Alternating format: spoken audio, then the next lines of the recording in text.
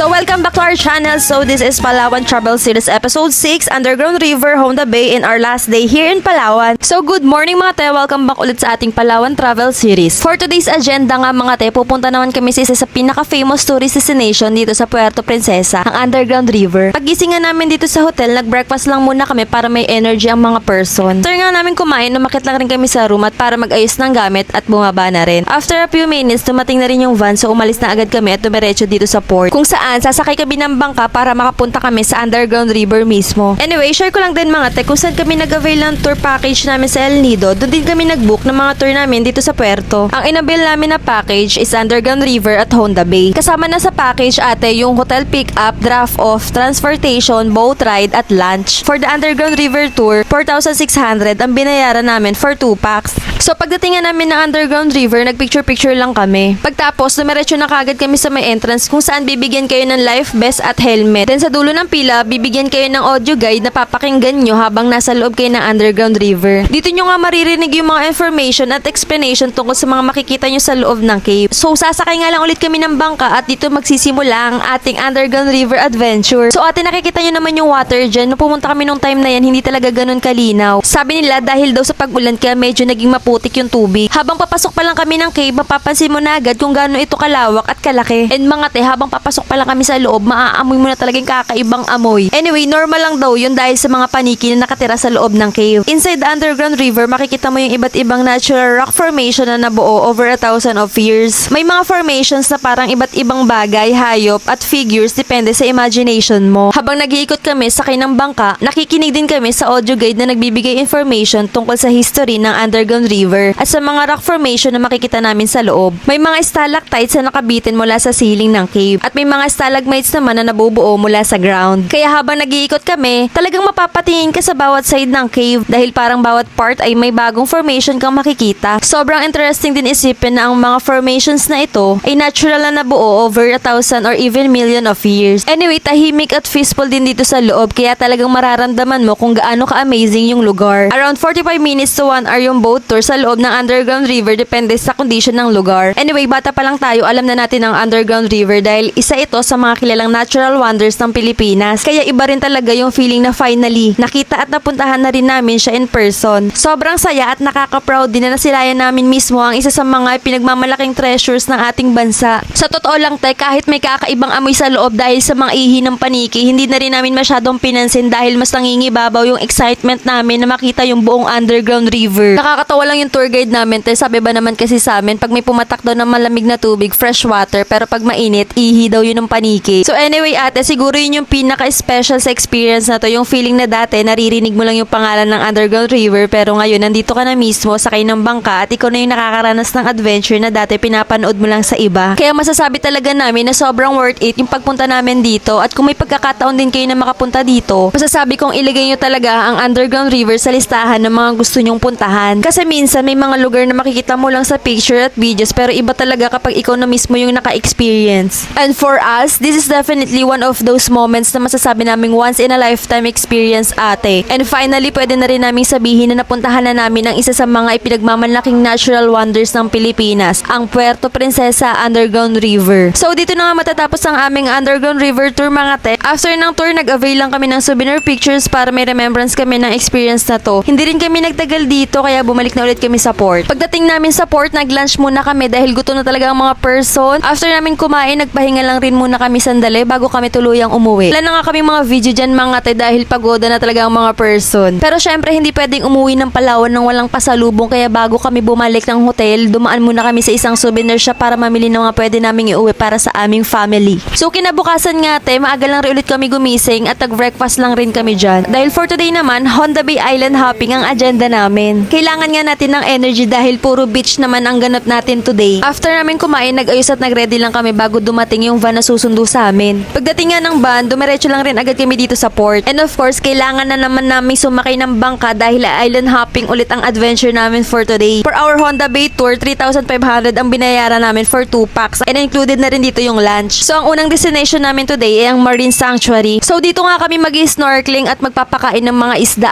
ate. Nung nag-swimming nga ako ate, pagkakita ko sa ilalim ng tubig, tubig, napakaraming isda, ang lalaki pa nila. Ang saya lang kasi kahit simpleng snorkeling lang, makikita mo talaga yung dami ng marine life sa ilalim ng tubig. Alam mo yung feeling na nasa malaking aquarium ka, te, ayun yun. So after namin dyan, lumarga na ulit kami papunta sa next destination namin, ang Luli Island. Sobrang ganda ng beach dito, ate. Ang linaw ng tubig at talagang perfect siya para mag-relax at mag-enjoy. Pero grabe rin yung init nung time na pumunta kami. Kaya kahit sobrang init, sinulit pa rin talaga namin yung time namin dito, ate. Nag-enjoy lang kami sa beach at syempre, nag-picture-picture lang din kami habang maganda pa yung weather. Pero habang paalis pa lang kami ng beach sa Luli Island, biglang nagbago yung weather, ate. Biglang bumuhos yung ulan at lumakas din yung alon. So naghintay muna kami hanggang sa humina yung ulan at kumalma yung dagat. After some time, humina na rin yung ulan kaya nagpatuloy na kami papunta sa aming next destination, ang Cowrie Island. And finally, nakarating na rin kami. Medyo unexpected yung weather change pero ganun talaga kapag island hopping. Anyways, dito na rin kami magla-lunch, magpapahinga at mag-enjoy muna bago tuluyang matapos yung Honda Bay Island hopping adventure namin. And just like that, mga te, dito natatapos lahat ng activities at adventure namin dito sa Palawan. After several days of exploring Puerto Princesa and El Nido, finally bukas ay babalik na kami ng Maynila, mga te. Pero bago tayo tuluyang mag-goodbye sa Palawan, ito na siguro ang pinaka-importanting tanong. Magkano nga ba lahat ng nagastos namin mula day 1 hanggang last day namin dito? So ilalagay ko na nga lang dito yung full breakdown expenses namin mula day 1 hanggang last day, mga te. So ayan na lahat yun, mga te. Mahal magpalawan, mga te, pero masasabi lang namin na sulit ang bawat gastos dahil ang pera bumabalik. Pero yung memories at experience na nabuo namin dito sa Palawan, yun yung mga bagay na habang buhay naming maaalala, mga te. Sana makatulong ang buong Palawan Travel Series namin sa mga magbabalak ding pumunta dito. Kung umabot kayo hanggang dito, salamat guys sa pagsama sa journey namin. Thank you so much for watching and see you on our next adventure. Don't forget to like, comment, and subscribe para sa mga susunod naming adventure.